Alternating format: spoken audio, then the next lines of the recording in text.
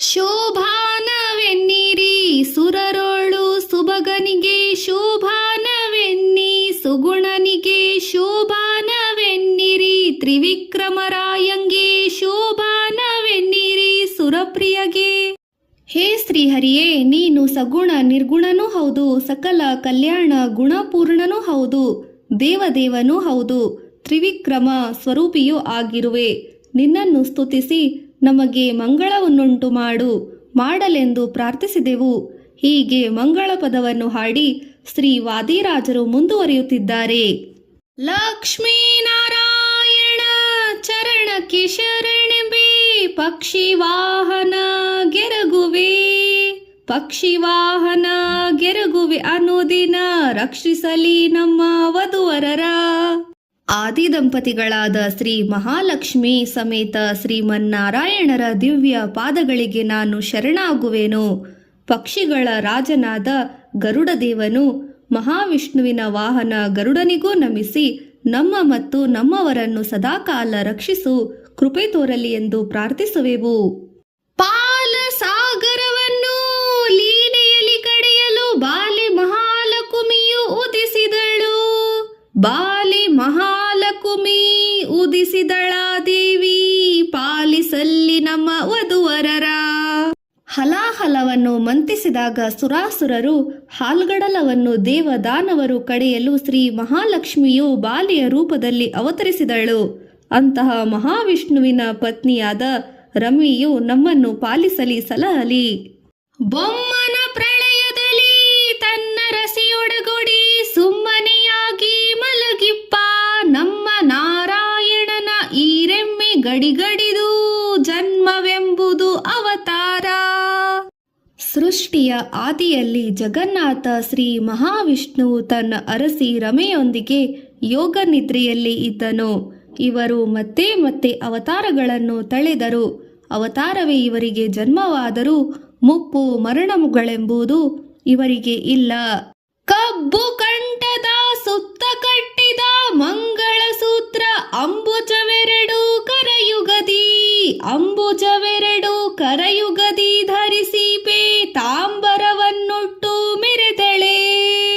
ಸುಂದರವಾದ ಕಂಠ ಪ್ರದೇಶದಲ್ಲಿ ಶೋಭಿಸುವ ಮಂಗಳಸೂತ್ರ, ಎರಡೂ ಹಸ್ತಗಳಲ್ಲಿ ಕಮಲ ಪುಷ್ಪವನ್ನು ಹಿಡಿದು ಪಟ್ಟು ಪೀತಾಂಬರಾದಿ ಉನ್ನತ ವಸ್ತ್ರ ಆಭರಣಗಳಿಂದ ಅಲಂಕೃತಳಾಗಿರುವ ದೇವಿಯೇ ವೈಭವದಿಂದ ಮೆರೆದಿವಳು. ಒಂದು ಕರದಿಂದ ಅಭಯವನ್ನಿವಳಿ, ಮತ್ತೊಂದು ಕೈಯಿಂದ ವರಗಳ ಕುಂದಿಲ್ಲದಾನಂದ ಸಂದೋಹ ಉಣಿಸುವ ಇಂದಿರೆ ನಮ್ಮ ಸಲಹಲಿ. ವರವರದೆ ಶ್ರೀದೇವಿಯು ತನ್ನ ಒಂದು ಕರದಲ್ಲಿ ಅಭಯಹಸ್ತ, ಮತ್ತೊಂದು ಹಸ್ತದಿಂದ ವರಗಳನ್ನು ಸದಾ ಕರುಣಿಸುತ್ತಾ ತನ್ನ ಭಕ್ತರಿಗೆ ಎಂದೂ ಕುಂದು ಬಾರದಂತೆ ಆನಂದವನ್ನು ಸದಾ ನೀಡಲಿ. ಪೊಳೆವ ಕಾಂಚಿಯ ಧಾಮ ಉಲಿವ ಕಿಂಕಿಣಿಗಳು ನಲಿವ ಕಾಲ್ದುಂಗಿ ಫಲುಕಿನಲು ನಳನಳಿಸುವ ಮುದ್ದು ಮುಖದ ಚೆಲುವಿಕೆ ಲಕುಮಿ ಸಲಹಲಿ ನಮ್ಮ ವಧುವರರ. ಹೊಳೆಯುತ್ತಿರುವ ವಜ್ರಾಭರಣವಾದ ಟಾಳು ಫಲಫಲ ಎಂದು ಸದ್ದು ಮಾಡುತ್ತಾ ಶೋಭಿಸುವ ದೇವಿಯು ಕಾಲಿನ ಕಿರುಗೆಜ್ಜೆಗಳು ಕಾಲ್ದುಂಗಿಗಳಿಂದ ಸಾಲಾಂಕೃತಳಾದ ನಳಿನಿ ಸುಂದರ ವದನೆಯಾದ ಶ್ರೀ ಮಹಾಲಕ್ಷ್ಮಿಯು ನಮ್ಮನ್ನು ಸದಾ ಸಲಹಲಿ. ರನ್ನದ ಮೊಲೆಗಟ್ಟು ಚಿನ್ನದಾಭರಣಗಳ ಚಿನ್ನೆ ಮಹಾಲಕುಮಿ ಧರಿಸಿದಳೆ, ಚಿನ್ನೆ ಮಹಾಲಕುಮಿ ಧರಿಸಿದಳ ದೇವಿ ತನ್ನ ಮನೆಯ ವಧುವರರ ಸಲಹಲಿ. ಉನ್ನತ ಮಟ್ಟದ ರೇಷ್ಮೆ ವಸ್ತ್ರದಿಂದ ತಯಾರಿಸಿ ಶ್ರೇಷ್ಠ ರತ್ನಗಳಿಂದ ಅಲಂಕರಿಸಲ್ಪಟ್ಟ ರತ್ನದಂತಹ ಕುಪ್ಪಸವನ್ನು, ವಜ್ರಖಚಿತ ಚಿನ್ನಾಭರಣಗಳನ್ನು, ದಿವ್ಯ ಹಾರ ನುಪುರಾದಿಗಳಿಂದ ಸದಾ ಶೋಭಿಸುವ ಜಗನ್ಮಾತೆ ಶ್ರೀ ಮಹಾಲಕ್ಷ್ಮಿಯು ನಮ್ಮನ್ನು ಸದಾ ರಕ್ಷಿಸಲಿ. ಕುಂಭ ಕುಂಚದ ಮೇಲೆ ಇಂಬಿಟ್ಟ ಹಾರಗಳು ಜಗ ತುಂಬಿ ಗುರುಗಳ ಮುಖ ಕಮಲ, ತುಂಬಿ ಗುರುಗಳ ಮುಖ ಕಮಲದ ಮಹಾಲಕುಮಿ ಅಂಬೆ ವಧುವರರ ಸಲಹಲಿ. ಹೇ ದೇವಿಯೇ, ನೀನು ಕುಂಭಗಳಂತಹ ಸುಂದರವಾದ ಸ್ತನಗಳ ಮೇಲೆ ದಿವ್ಯ ಹಾರಗಳು ಇಳಿಬಿದ್ದು ಶೋಭಿಸುತ್ತಿರುವೆ. ಗುಂಗುರು ಕೂದಲುಗಳಿಂದ ಶ್ರೇಷ್ಠತಮವಾಗಿ ಕಾಣುವ ನಿನ್ನ ಮುಖ ಕಮಲದ ಪುಷ್ಪದಂತೆ ಕಾಂತಿಯುತವಾಗಿದೆ. ಹೇ ಮಹಾಲಕ್ಷ್ಮೀ ದೇವಿಯೇ, ನಮ್ಮನ್ನು ಸದಾ ಸಲಹಬೇಕು. ಮುತ್ತಿನ ಓಲೆಯ ನಿಟ್ಟಳಿ ಮಹಾಲಕುಮಿ ಕಸ್ತೂರಿ ತಿಲಕ ಧರಿಸಿದಳೆ, ಕಸ್ತೂರಿ ತಿಲಕ ಧರಿಸಿದಳ ದೇವಿ ಸರ್ವತ್ರ ವಧುವರರ ಸಲಹಲಿ. ನೀಳ ಕರ್ಣದ್ವಯಗಳಲ್ಲಿ ಸಮುದ್ರದಾಳದ ಶ್ರೇಷ್ಠ ಮುತ್ತುಗಳನ್ನಿಟ್ಟ ಮುತ್ತಿನೊಲೆಯನ್ನುಟ್ಟು ಕಸ್ತೂರಿ ತಿಲಕ ದ್ರವ್ಯದ ತಿಲಕವನ್ನು ಧರಿಸಿ ಕಂಗೊಳಿಸುವ ರಮೆಯು ಸರ್ವದಾ ಎಂದೆಂದೂ ನಮ್ಮನ್ನು ಸಲಹಲಿ. ಅಂಬುಜನಯನಗಳ ಬಿಂಬಾಧರದ ಶಶಿ ಬಿಂಬದ ಶಿವ ಮೂಗುತಿ ಮಣಿಯ ಶಶಿ ಬಿಂಬದ ಶಿವ ಮೂಗುತಿ ಮಣಿ ಮಹಾಲಕ್ಷ್ಮಿ ಉಂಬುದಾಯಕಿಯ ವಧುವರ್ಗರೇ. ಮಹಾಲಕ್ಷ್ಮಿಯ ತಾವರೆಯಂತಹ ಕಣ್ಣುಗಳು, ತೊಂಡೆಕಾಯಿಯಂತಹ ತುಟಿ, ಚಂದ್ರಬಿಂಬದಂತಹ ಮುಖ, ಹೊಳೆಯುವ ಮೂಗುತಿ ಧರಿಸಿ ನಮ್ಮ ವಧುವರರಿಗೆ ಅನ್ನದಾರಿದ್ರ್ಯ ಬಾರದಂತೆ ಅನುಗ್ರಹಿಸಲಿ. ಮುತ್ತಿ ನಕ್ಷತ್ತಿ ಇಟ್ಟು ನವರತ್ನ ಮುಕುಟವ ನೆತ್ತಿಯ ಮೇಲೆ ಧರಿಸಿದಳೆ. ನೆತ್ತಿಯ ಮೇಲೆ ಧರಿಸಿದಳ ದೇವಿ ತನ್ನ ಭಕ್ತಿಯ ಜನರ ಸಲಹಲಿ. ನವರತ್ನ ಖಚಿತ ಕಿರೀಟ ಧರಿಸಿ ಮುತ್ತಿನ ಅಕ್ಷತೆಯಿಂದ ಕಂಗೊಳಿಸುತ್ತಾ ಶ್ರೀದೇವಿಯು ಮಹಾಲಕ್ಷ್ಮಿಯು ತನ್ನ ಭಕ್ತ ಕೋಟಿ ವೃಂದಕ್ಕೆ ಸದಾ ಸಲಹಲಿ.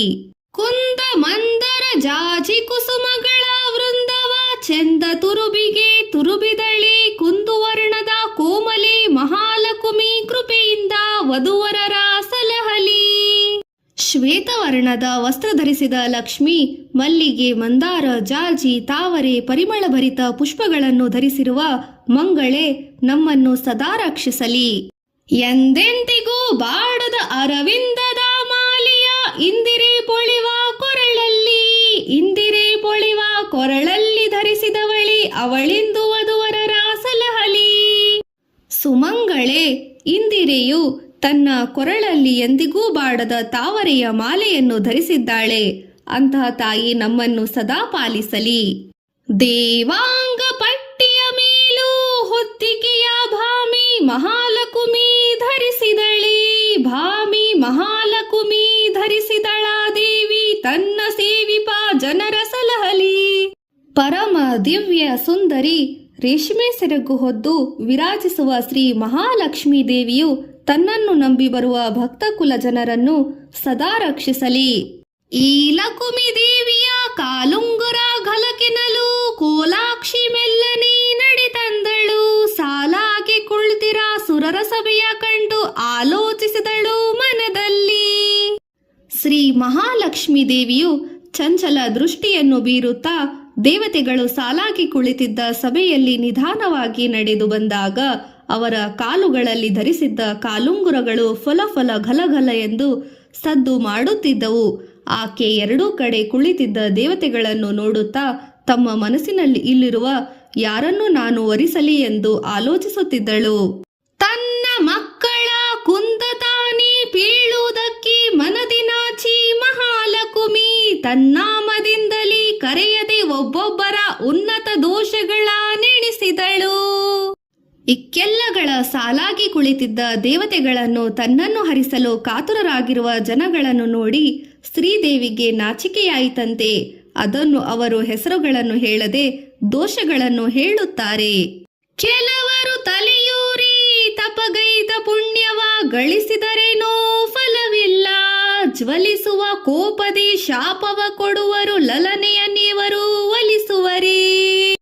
ಕೆಲವರು ಅಂದರೆ ದುರ್ವಾಸಾದಿ ಮಹರ್ಷಿಗಳು ತಮ್ಮ ತಪೋಶಕ್ತಿಯಿಂದ ಪುಣ್ಯ ಗಳಿಸುತ್ತಾರೆ. ಆದರೆ ಬಹುಬೇಗ ಅತಿಯಾದ ಸಿಟ್ಟಿಗೆದ್ದು ಶಪಿಸುತ್ತಾರೆ. ಇಂತಹ ಋಷಿಗಳಿಗೆ ತಮ್ಮ ಪತ್ನಿಯನ್ನು ಸುಖವಾಗಿ ಸಂತೋಷವಾಗಿಡಲು ಸಾಧ್ಯವೇ ಇಲ್ಲ. ಅವರು ಕೋಪವನ್ನು ನಿಗ್ರಹಿಸಲಾರರು. ಎಲ್ಲಾ ಶಾಸ್ತ್ರವನ್ನೋದಿ ದುರ್ಲಭ ಜ್ಞಾನವ ಕಲ್ಪಿಸಿ ಕೊಡುವ ಗುರುಗಳು ಬಲ್ಲಿದ ಧನಕ್ಕೆ ಮರುಳಾಗಿವರಿಬ್ಬರು ಸಲ್ಲದ ಪುರೋಹಿತಕ್ಕೊಳಗಾಗರು. ಶುಕ್ರಾಚಾರ್ಯರು ಸಕಲ ಶಾಸ್ತ್ರವನ್ನೋದಿ ಅದನ್ನು ತಿಳಿದುಕೊಂಡು ಸಮರ್ಥರಾದರು. ಸಿರಿವಂತಿಕೆಗೆ ಮರುಳಾಗಿ ದೇವದಾನವರಿಗೆ ಗುರುಗಳಾದರು. ಕಾಮಿ ನಿರ್ಚಿತನೊಬ್ಬ ಕಾಮಿನಿಗೆ ಸೋತೊಬ್ಬ. ಭಾಮಿನಿಯ ಹಿಂದೆ ಹಾರಿದವ ಕಾಮಾಂಧನಾಗಿ ಮುನಿಯ ಕಾಮಿನಿಗೈದೋನೊಬ್ಬ. ಕಾಮದಿ ಗುರಿತಲ್ಪ ಗಾಮಿಯೊಬ್ಬ. ಬ್ರಹ್ಮದೇವನು ತಾನು ಸೃಷ್ಟಿಸಿದ ಸರಸ್ವತಿಯನ್ನು ತಾನೇ ಹೊಂದಿದ. ರುದ್ರನು ಹರಿಯ ಮೋಹಿನಿ ರೂಪಕ್ಕೆ ಮರುಳಾದ. ಇಂದ್ರನು ಗೌತಮ ಋಷಿಗಳ ಪತ್ನಿಯಾದ ಅಹಲ್ಯೆ ಮೇಲೆ ಅತ್ಯಾಚಾರ ಎಸಗಿದ. ಚಂದ್ರನು ಗುರುವಿನ ಪತ್ನಿಯನ್ನೇ ಭೋಗಿಸಿದನು. ನಶ್ವರೈಶ್ವರ್ಯವ ಬಯಸುವನೊಬ್ಬ, ಪರಾಶ್ರಯಿಸಿ ಬಾಳುವ ಈಶ್ವರನೊಬ್ಬ, ಹಾಸ್ಯವ ಮಾಡಿ ಹುಲುದುರಿಸಿಕೊಂಡುವನೊಬ್ಬ, ಆದೃಶ್ಯಾಂಗ್ರಿಯೊಬ್ಬ, ಒಕ್ಕಣನೊಬ್ಬ. ಇಂದ್ರನಿಗೆ ನಶ್ವರವಾದ ಐಶ್ವರ್ಯವಿದ್ದರೂ ದಕ್ಷನ ಯಾಗಕಾಲದಲ್ಲಿ ಅಪಹಾಸ್ಯ ಮಾಡಿ ನಕ್ಕ ಫಲವಾಗಿ ತನ್ನ ಹಲ್ಲುಗಳನ್ನು ಕಳೆದುಕೊಂಡ. ಇನ್ನೊಬ್ಬ ಶೇಷದೇವನಿಗೆ ಕಾಲುಗಳೇ ಇಲ್ಲ. ಇಂದ್ರನ ಮಗ ಜಯಂತನಿಗೆ ಇರುವುದೊಂದೇ ಕಣ್ಣು. ಮಾವನಿ ಕೊಂದೆಂಬ ಮರುಳಾಗಿ ಹನುಗಡ, ಹಾರುವನು ಕೊಂದೊಬ್ಬ ಬಳಲಿದ, ಜೀವರ ಕೊಂದೊಬ್ಬ ಕುಲಗೇಡಿದೆಣಿಸುವ, ಶಿವನೆಂದೊಬ್ಬ ಬಯಲಾದ. ಒಬ್ಬ ತನ್ನ ಮಾವನಾದ ದಕ್ಷನನ್ನೇ ಸಂಹರಿಸಿ ವೀರಭದ್ರನಾದ ಬ್ರಾಹ್ಮಣ ಕುಲದಲ್ಲಿ ಜನಿಸಿ ವೃತ್ರಾಸುರನೆಂಬ ರಾಕ್ಷಸನನ್ನು ಸಂಹರಿಸಿ ಇಂದ್ರ ಬ್ರಹ್ಮಹತ್ಯಾ ದೋಷಕ್ಕೆ ಗುರಿಯಾದ. ಇನ್ನು ಯಮನು ಸರ್ವ ಪ್ರಾಣಿಗಳನ್ನು ಕೊಂದು ಕುಲನಾಶಕನೆನಿಸಿರುವ ಮನ್ಮಥನು ಶಿವನ 3ನೇ ಕಣ್ಣಿನ ನೋಟಕ್ಕೆ ಭಸ್ಮನಾದ. ಧರ್ಮ ಉಂಟೊಬ್ಬನಲ್ಲಿ ಹೆಮ್ಮೆಯ ಹೆಸರಿಗೆ ಅಮ್ಮಮ್ಮ ತಕ್ಕ ಗುಣವಿಲ್ಲ, ಕ್ಷಮೆಯ ಬಿಟ್ಟೊಬ್ಬ ನರಕದಲ್ಲಿ ಜೀವರ ಮರ್ಮವ ಮೆಟ್ಟಿ ಕೋಲಿಸುವ. ಯಮದೇವನಿಗೆ ಯಮ ಮತ್ತು ಧರ್ಮ ಎಂಬ 2 ರೂಪಗಳಿವೆ. ಧರ್ಮವೆಂಬ ರೂಪದಲ್ಲಿ ಧರ್ಮವೇ ಮೂರ್ತಿ ತಾಳಿದವನಂತಿದ್ದಾನೆ. ಆದರೆ ಯಮನ ರೂಪದಲ್ಲಿ ನರಕಕ್ಕೆ ಬಂದ ಜೀವರಿಗೆ ಸ್ವಲ್ಪವೂ ದಯೆ ತೋರದೆ ಕಟುಕ ಮನದಿಂದ ಜೀವಿಗರನ್ನು ಅವರ ಮರ್ಮಸ್ಥಾನಗಳನ್ನು ಘಾತಿಸಿ ಕೊಲ್ಲುತ್ತಾನೆ. ಖಳನಂತೆ ಒಬ್ಬ ತನಗೆ ಸಲ್ಲದ ಭಾಗ್ಯವ ಬಲ್ಲದ ಗಂಜಿ ಬಯಲಾದ, ದುರ್ಲಭ ಮುಕ್ತಿಗೆ ದೂರವೆಂದೆನಿಸುವ ಪಾತಾಳ ತಳಕ್ಕೆ ಇಳಿವ ಗಡ. ಮಹಾವಿಷ್ಣುವು ತನ್ನ 3ನೇ ಹೆಜ್ಜೆಯನ್ನು ಬಲಿಯ ತಲೆಯ ಮೇಲಿಟ್ಟು ಅವನನ್ನು ಪಾತಾಳಕ್ಕೆ ತಗ್ಗಿದನು. ಹೀಗೆ ಬಲಿಗೆ ಇಂದ್ರ ಪದವಿಯನ್ನು ಕೊಟ್ಟ. ಹೀಗೆ ಮೋಕ್ಷಕ್ಕೆ ಭಕ್ತಿಯೇ ಸಾಧನ. ಯೋಗ್ಯತೆ ಇಲ್ಲದೆ ಏನನ್ನೂ ಪಡೆಯಲು ಸಾಧ್ಯವಿಲ್ಲ. ಅದರ ನಿರ್ಣಾಯಕನು ಮಾತ್ರ ಭಗವಂತನೇ ಎಂಬುದನ್ನು ಮರೆಯಬಾರದು. ಎಲ್ಲರಾಯುಷ್ಯವ ಶಿಂಶುಮಾರ ದೇವ ಸಲ್ಲಿಲೆಯಿಂದ ತೊಲಗಿಸುವ, ಒಲ್ಲೆ ನಾನಿವರ ನಿತ್ಯ ಮುತ್ತೈದೆ ಎಂದು ಬಲ್ಲವರೆನ್ನ ಭಜಿಸುವರು. ಚೇಳಿನ ರೂಪದಲ್ಲಿರುವ ಶಿಂಶುಮಾರ ಶ್ರೀಹರಿಯ ರೂಪ. ಸಕಲ ಜೀವಿಗಳ ಆಯುಷ್ಯವನ್ನು ನಿಯಂತ್ರಿಸುತ್ತಾನೆ. ಅಂತಹ ದೇವನ ನಿತ್ಯ ವಿಯೋಗಿನಿಯಾದ ಪತ್ನಿ ಲಕ್ಷ್ಮೀದೇವಿ ಎಂದು ಭಕ್ತರು ನನ್ನನ್ನು ಪೂಜಿಸುತ್ತಾರೆ ಎಂದು ತಾಯಿ ತಿಳಿಸಿದಳು. ಪ್ರಕೃತಿಯ ಗುಣದಿಂದ ಕಡುವಡೆದು ನಾನಾ ವಿಕೃತಿಗೊಳಗಾಗಿ ಬರಿದಲ್ಲಿ, ಸುಖ ದುಃಖವುಂಬ ಬೊಮ್ಮಾದಿ ಜೀವರು ದುಃಖಕ್ಕೆ ದೂರೆಳೆನಿಪ್ಪ ಎನಿಗೆಣೆದು. ಪ್ರಕೃತಿಯ ಗುಣಗಳಾದ ಸತ್ವ ರಜ ತಮಗಳಿಂದ ಬಿಗಿಯಲ್ಪಟ್ಟವರಾಗಿ ಜನನ ಮರಣ ರೂಪ ಸಂಸಾರದಲ್ಲಿ ಸುಖ ದುಃಖಗಳನ್ನು ಅನುಭವಿಸುತ್ತಿರುವ ಬ್ರಹ್ಮ ರುದ್ರಾದಿಗಳು ಇಂತಹ ಯಾವುದೇ ಬಂಧನಕ್ಕೆ ಒಳಗಾಗದೆ ಇರುವ ನನ್ನ ಬಳಿಗೆ ಹೇಗೆ ತಾನೇ ಬಂದಾರು? ಅವರು ನನ್ನ ಸಮೀಪಕ್ಕೆ ಬರಲಾಗದವರು. ಇಂತಹ ನನ್ನನ್ನು ಅವರು ಸ್ಮರಿಸಲು ಎಂದಿಗೂ ಯೋಗ್ಯರಲ್ಲ.